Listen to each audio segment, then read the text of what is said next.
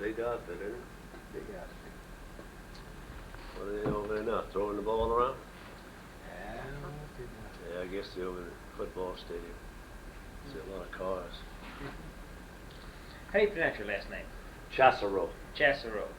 Now, years ago, the old Frenchmans came over, they called it Chassereau. But everybody got away from that because they started spelling it with an S instead of a C. So when I joined the Navy, the Yanks said, no, it's not Chassereau, it's Chassereau. I said, that's fine, I could care less. Just call me for 3 meals a day, I don't give a damn. Today is May 14th, 1988. My name is Joe Todd, and this is an interview with Mr. Louie Copeland and Jacob Chassereau in Kansas City. Now, Louie, you live in Idabel. I live in Idabel, Oklahoma. And you live in... Charleston, South Carolina. Okay. Where were you born? Charleston, South Carolina. And when's your birthday? April the 9th, 1921. Why'd you join the Navy? Why? Yeah. Well, I didn't finish Harvard, so I joined the CC camp in 1939 and stayed a year and a half. And jobs were still hard to get, and I wanted a job, and I've always liked the Navy, and I had a brother-in-law in the Navy, and he helped me in getting in, and I got in, and I liked it, and I stayed 20 years. Retired in 1960, from 1940 to 1960. Where'd you go for boot camp? Norfolk, Virginia, July 1940. Stayed there 8 weeks and got transferred out of there to the West Coast, and that's when I went aboard the USS Oklahoma. When you first saw the ship, what'd you think? I was frightened. I don't think I could manage this. And after we got aboard on the troop train going across country, one of the sailors had the measles, and when we got aboard ship, they quarantined us in this little old casemate, they call it, very small, for 14 days, and put us in hammocks, and I slept in a hammock, I guess, for 10, 11 months before I ever got a bunk. And Louis was there with me. Louis, when did you go aboard?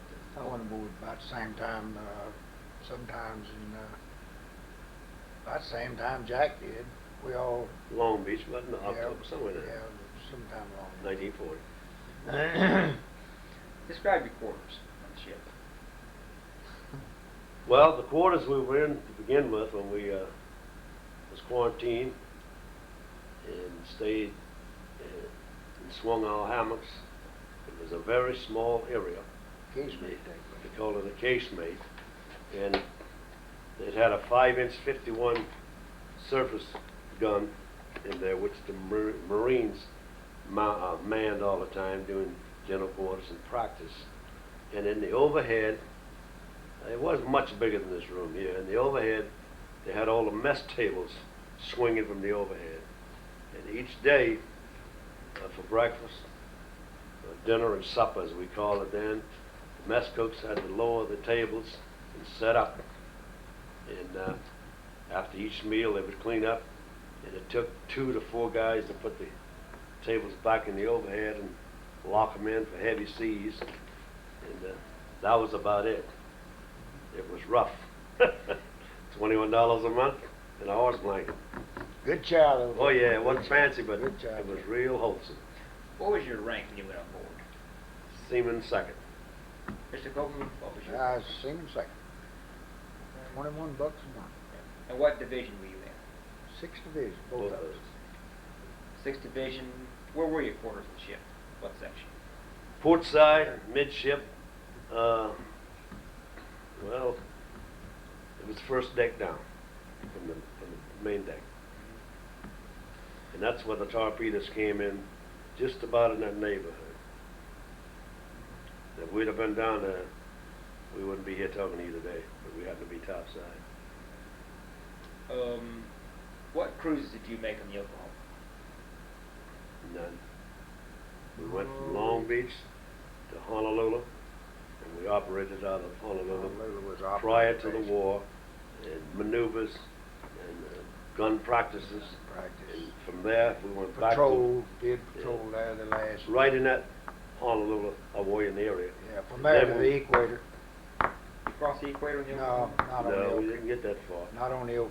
Then we went back to the States, and we rammed, no, we went back to the States. It's lost a screw. Yeah. Lost And, a shaft. Broke the shaft. Instead of and lost staying the there screw. 2 weeks, we got 30 days R&R, and we all enjoyed that very much. And then shortly after that, we headed back to the islands. And Went in a that's- 100-point that was dry it. dock. But, Went in a 100-point dry dock. mhm.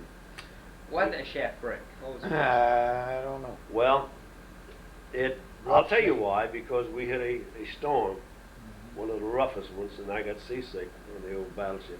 That was about one of the roughest storms that we've seen between San Francisco and the islands. And when she went up and started down in between the troughs, well, the stern went out of the water. And if you don't have any water, they begin to propel too fast, see? And that's when it snapped the shaft and broke. When it hit Hit the that. waterway, it broke the shaft. We wasn't doing but about No, it was it wouldn't. 4 to 6 knots. Yeah. That's all we could do. What did it sound like when that shaft broke? Never did know Hear it? anything We- about it. did we? We didn't know anything about No, we didn't know anything. When did that happen?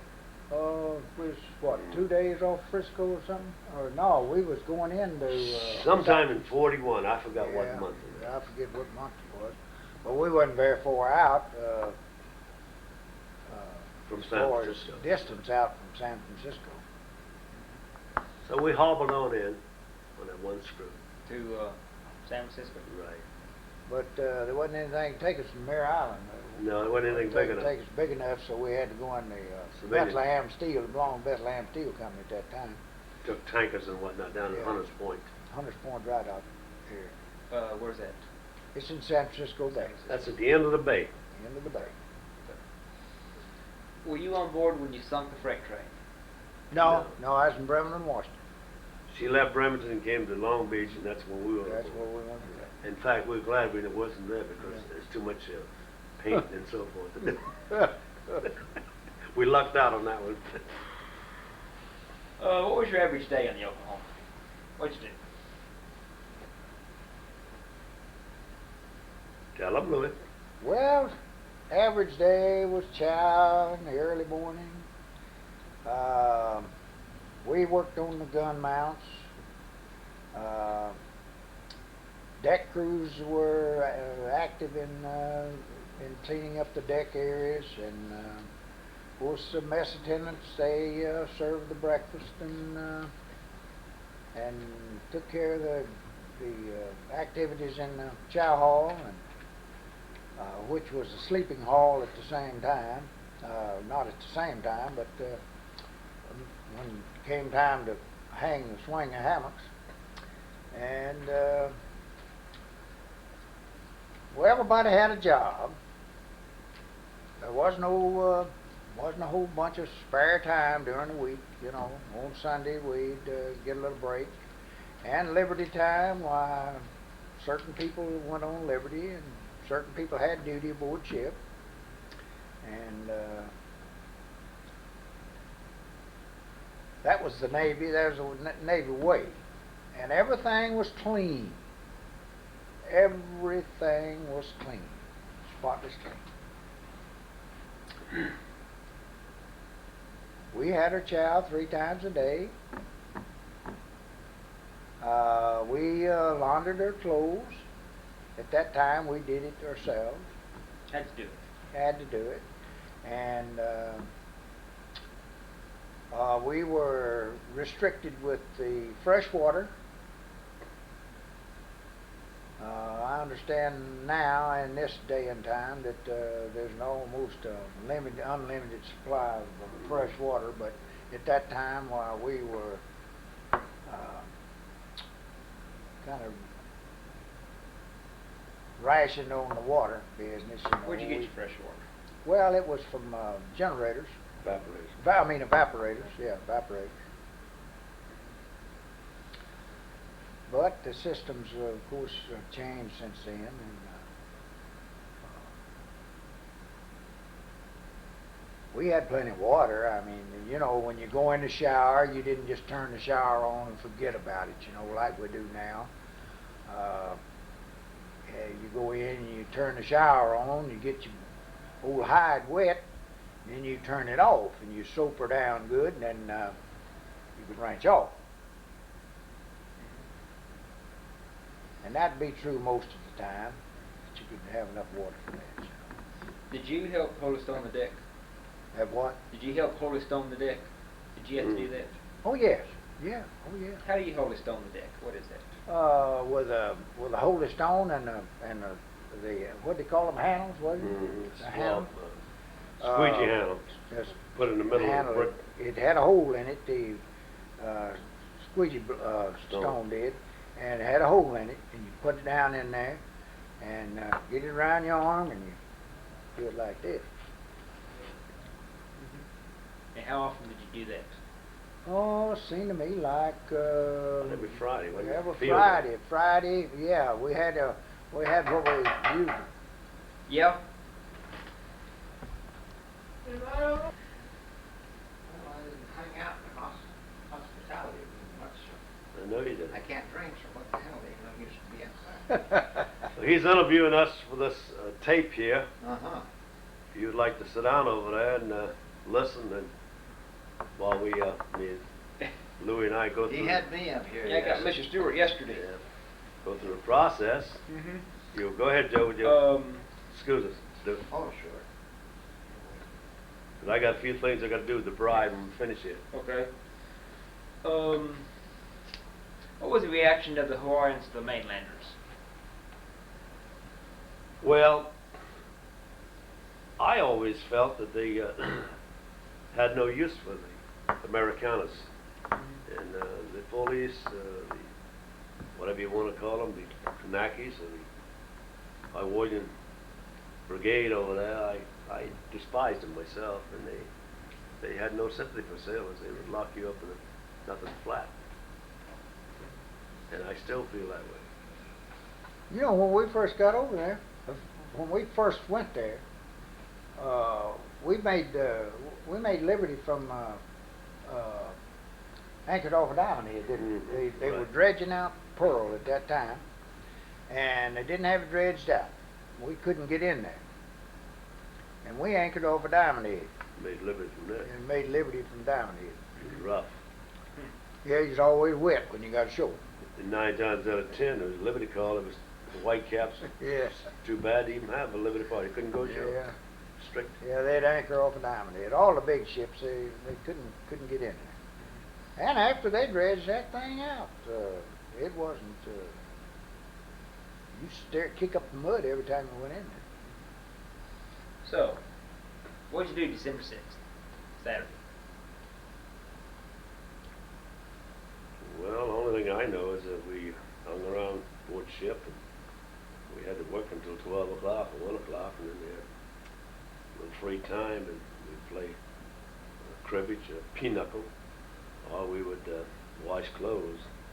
Getting back to the freshwater deal, you know, they had competition between the fleet on engineering and gunnery, and there were times when they were trying to get the E for efficiency for engineering and gunnery, they would issue you a 5-gallon water bucket, and you polish that thing to a fare you well, and you used it daily, and they give you a 3/4 or half to a 3/4 bucket of water, and you took a shower, shaved, and brushed your teeth, and washed your clothes, and that, and the rest of it was salt water, whatever you wanted to do with that, and that was rough. But that taught That you. salt water get your old work clothes clean, though. That taught you to conserve that fresh water. It was precious. How'd you wash your clothes? How'd you do it? Had salt water soap. A brush or what? No, well, Sometimes you use brush. you would the collar of your jacket or the inside of the rim of the white hat. You'd use it right. Otherwise, we didn't get that dirty because we No. did it every day. You know, it was a routine thing. And then you take them up. He and I used to go behind the stack and tie them up there and let them flap in the breeze in that hot sun and salt glare, bleach them out just like putting See, clothes we had on. teak wood decks. I mean, beautiful, beautiful decks, and they were always clean. You know, and shoot, you would throw them down on that deck and some place where you had to give them a little special attention, where you'd do that with a brush. Hardest part of the Navy that I despised or didn't like was every time you turn around, it was changed to the uniform of the day. Yeah, they changed that uniform for the day. I'm telling you, and you couldn't eat in dungarees, shorts, unless it was in the plan of the day, which was the uniform of the day. Sometime I bet we would change 5 times a day. Yeah, Why it change so often? Well, that was the regulation, part of of the it, man's you know. desire. That's- All the fleet commanders' desire. I tell you, you always had something to occupy you. You weren't, you just didn't have a time to get homesick or get disgusted or what else. You were busy constantly. It was. Reveille was 5:30. Turn 2 was 6 o'clock. If you drank your coffee, washed, drank your coffee, smoked your cigarettes or whatever you wanted, and 6 o'clock you went to work, and 7 or 7:15 they piped down breakfast. 8 o'clock they said turn 2 till 11:30, and at 1 o'clock of 1300 was back to the old pipe, turn 2 until 4:30. And I mean, just as soon as he said that, the other breath was get in the uniform of the day before you even got a shower. It was routine, but it was good. It wasn't bad. You know, we happened to be in the islands, and I said to myself, if I could see that good old San Francisco USA and get 1 foot on that, they wouldn't see me again. As long as the Navy existed, I'd have been long gone.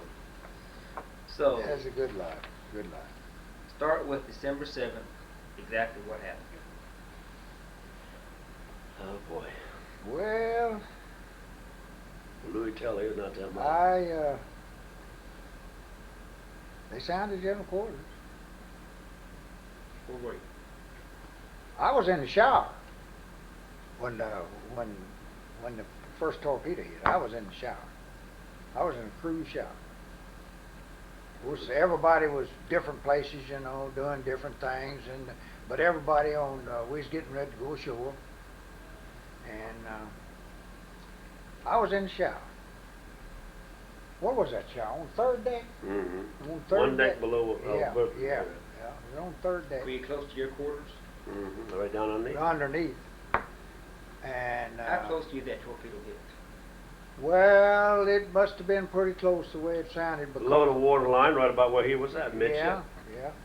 They all hit And, right in that area, just it about. hit right there in that area. What did that sound like? That torpedo? Well, it was. And then all of just immediately, of course, why the old ship went to list, and I started out, and I like to not have got out. It was laying on the side when I went out the manhole on the main deck by grabbing things and climbing up, because it was listing one way and I was going the other.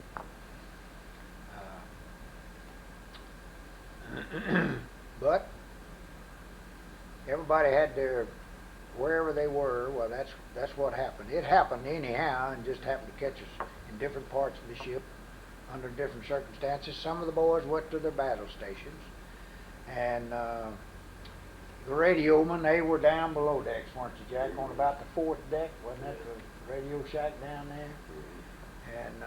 And they all we lost nearly all of those people, because the ones that had time to get down there to the battle stations were lost.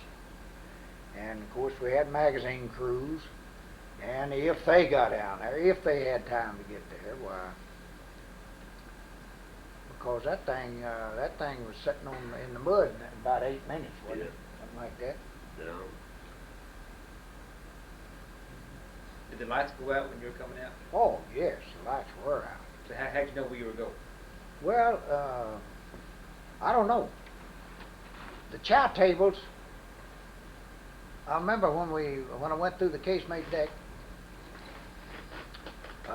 They had the main hatch dogged down. I went out through the escape hatch, and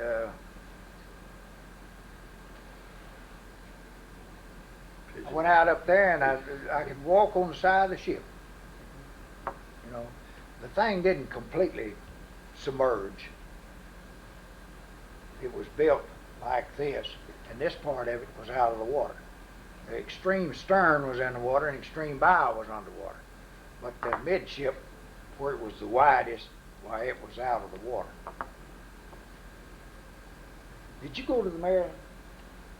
Yeah, you and I were boarding Yeah, down there. Maryland. Yeah, we went. I'll tell him that story in a minute when you get through. But I went over the side. I sat down on the side of the ship and just slid down into the water. No problem. How Went were you over- dressed? What we were? What'd you have on? Yeah, Liz? what you have on? Oh, I had on a pair of I was in my birthday suit. I came out of the shower in my birthday suit. And I didn't have anything on until when I went over to Ford Island, off of the Maryland, I took a pea coat.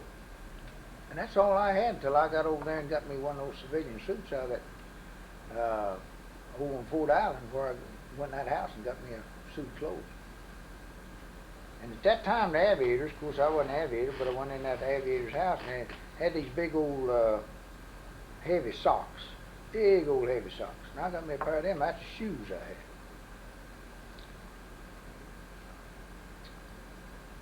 Yeah, that's Well, the morning of December the 7th, they were making preparations for the big inspection coming up, and this friend of mine, Ernest Daughtry, he and I worked on the same gun crew together, and we decided we'd go up and start cleaning up the old gun and making a few touch-up on the rust spots and so forth and on. And by the time we got up there, heard this machine gun rat-a-tatting on the gun shields, and I said, "Daughtry, duck," and we ducked. And I peeked up, and by the time I did, the torpedo hit. But you asked what did it sound like? It was a real loud, dull explosion. But the impact of that job must have raised that old battleship, felt like to me, 15 feet in the air. Every time one would hit, she'd go up and come down, and then she began to list. But after she began to list real bad, we took off and went around on the starboard side. Where were you on the ship? I was right above the crew's quarters on the port side on the 5-inch gun, top side, on what they call the boat deck. And we charged around to the starboard side and got behind the captain's cabin and the bridge, and she began to capsize quite bad, and we snickered and scooted down the side. We didn't want to dive or jump into the water because they had a metal strip on the side of the ship, which they call the stabilizer, on each side. So we scooted down to the stabilizer, and from there we went on into the water. But it was so crowded and everybody was fighting for their life, and the motor launch came in there, and I think 20,000 sailors seemed like tried to get aboard at one time, and they swamped that. And we asked the guys up on the Maryland to throw us some lines, and they threw the lines right on top of our head, and they didn't tie the other end to the stanchion up there. And we told them they were killing us, so they was excited, and Japs was machine gunning them, and they were ducking and running, and I couldn't blame them. So we finally got up on the blister of the ship, and from there on we had to get a breather and went on up to the... Yeah, okay, come on. Come on. Is that a king bed? Okay, just a second. We're running the tape. Thank you. Okay. And from there we got our breath, and we skinned on up the line to the main deck of the Battleship Maryland, and we went down. Didn't take us long to get below because they came back in with some more machine gun fire and put us really on the run. So we ducked and went in, and we started handling ammunition. And I never will forget, Copeland and I were aboard, and they had, I think they had the same thing we did that morning, hot cakes and syrup, and everybody was slipping and sliding, and they had apples and oranges, and I found me an old apple and started eating, and I got hysterical, and Louie said, "What in the hell's the matter? You crazy, man?" He said, what are you laughing at? He wanted to knock me upside the head. But after that, I left Louie. I don't know which way he went and so forth. And I met this old buddy of mine from North Carolina again. We went to the stern of the ship after they said that they were going to make preparations for getting underway. And daughter and I said, well, we're not getting underway, are we? So we went to the fantail, and we jumped over the side, and this officer came back with this 45 and said, oh, shoot, don't shoot. I don't know what me and daughter was. I said, shoot, have we been shot at all day? Let's keep firing. So we went to Fort Island. We stayed there until, I guess, 3 or 4 o'clock. They gave me a shotgun with no shells, and I had on a pair of shorts and no skippy shirt and no shoes. I was really getting beat, tired, and hungry. And they, all of a sudden, they said, get in the motor line. So we herded us in the motor line. So we went over to Westlock, which was the ammunition depot. And that's where I saw Copeland again and about 200 or 300 Oklahoma sailors.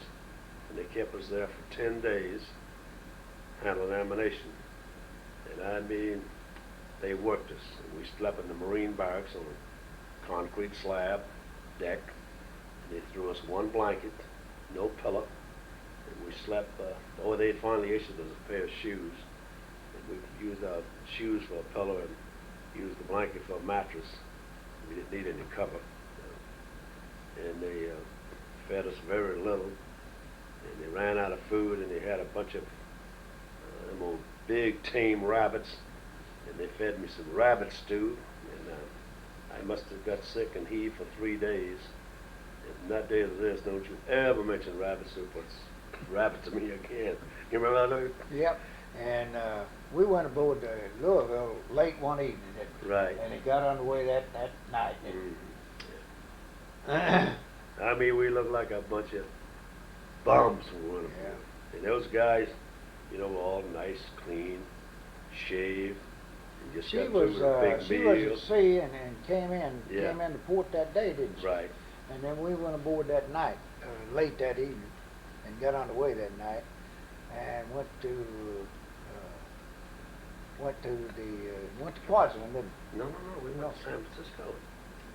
Went to San Francisco for 3 days, and then we left there and went to San Diego and picked up the Matson lines. Yeah. Remember the 3 Matson Yeah, lines? Matson lines. Loaded with Marines. And then we took off for Samoa. Yeah, Pango. Then we went to Samoa, and after they unloaded, they turned the ships loose, and they went on their own. They could do 40 knots. Yeah. And we waited until we got the convoy back, the task force back together. We went back to Honolulu, and there we formed another task force, and went into Marshall and Gilbert. Marshall and Gilbert The Island. first raid in February 1942. Yeah. Bombarded that. When you were on Ford's Island, you see the hull of the Oklahoma. Oh yeah. When you look back and saw the Oklahoma, Oh, yeah. what'd you think? What was your reaction? It's hard to describe. It's something that touches me occasionally. Yeah, you can see the the midship. You can see the midship, the extreme bow and stern. Of course, it went there like this and narrowed the stern too. But midship, it was wide and it was up out of the water. You can see a lot of the old belly sticking up and blister on the side, all that stuff. When you hear anyone mentions USS Oklahoma, what do you think of? Used to be home. Yeah. We lost a lot of good friends. Yeah. Used to be home. Anything else about the Oklahoma that you think I'd want to talk about? No, I think we've. What's your fondest memory of the Oklahoma? It's going under the Golden Gate Bridge. That's right. I guess that'd be. We didn't go to them but twice. That was it, twice. When we left, we had tears in our eyes. And cleaning that big sucker up. That old song, you always left my heart in San Francisco. Was that your favorite port for liberty? You better believe it. I mean, it did. Why was San Francisco better than the other ports? I don't know, it's just a Well, good place to go. Louie and I started running together in San Francisco, and we met the girls there, and we loved it. It was, all the bars was there, and anything you wanted was there. Yeah. Where was it go? Where's your favorite hangout in San Francisco? Benny the Bumps. Right, yeah. It was a little joint down on Powell Street. Yeah, house. And then Lefty O'Doul, he had a nice, another bar. It's nice, he's got a big one now around the corner. Yeah. But where you going? I'll meet you in Benny the Bumps. And that's where all the girls were, and that's where we congregated. You buy 2 drinks, they give you one. We had a ball. And we were always usually down in Mare Island. We had to catch a Greyhound bus. Fleet Landing was down by the, Barcadero. yeah. Had to catch a Greyhound bus to San Francisco, and you had to get up 4:30 in the morning, get around to the bus station, get that bus out of there by 5 to get back to the ship before liberty expired. You know, Louie and I would meet around there. We'd have our coffee royal and ham and eggs and French fries or hash browns to take off. We chummed together for the time we was aboard the Yeah, Louisville that's, and the Oklahoma. that old Oklahoma was a good ship. I guess the most outstanding feature of the ship, to me, was the teak wood decks. Was the teak wood decks. We're getting about a 3-foot section of the deck. Oh, is that right? Yep. Some guy up in Ohio or someplace has a set he's going to send to us for the museum. Is that right? But you know, we had a good, friendly group aboard the Oklahoma, because the majority of them was rebels and country boys. And then after we left the Oklahoma, we went aboard the Louisville. I mean, no offense or reflection to anyone, but most of those sailors on there were from Boston, New York, Jersey, and so forth and on. And they didn't like us boys from South Carolina and the Midwest and Tennessee and so forth and on. And when we went across the equator in 1942, I think it was, they beat our butts to a fare you well. They cut our hair off. They cut one side off and a little bit off the other, and then they make you look like Geronimo and this, that, and the other, you know. And we told them, you know, we were going back to the States shortly after that, and we told them that we'd get even. You know, in the mid-watch, we beat them one at a time. They cut their hair off. I mean, we frammed them. And then we began to get promoted ahead of them, and that really insulted them. And we finally conquered them. We told Made them, believers out of it. they told them the rebels are here to stay. How'd you get promoted ahead of him? We just, I guess, finagled right in there with them and Yeah. did our thing. I mean, we wasn't foot kissers or so forth and on, but we'd been on that old battleship, and we knew the regulations that you did what you were supposed to do to the best of your ability and kept your mouth shut. And that way you went on up the line. If you always wanted to kick out of the trace and I'm not going to do this and won't do that, and sloppy that with didn't your work. work, then you were left behind, but we didn't. Yeah, that didn't work. We went ahead of them. Well, I think we have a good interview. What do you, excuse me, Yeah. we'll cut it up? Yeah. You don't have to, but I was just going to ask you a question up the No, top. go ahead. You go back and Oh, yeah. splice this or combine what you want out of it and so forth?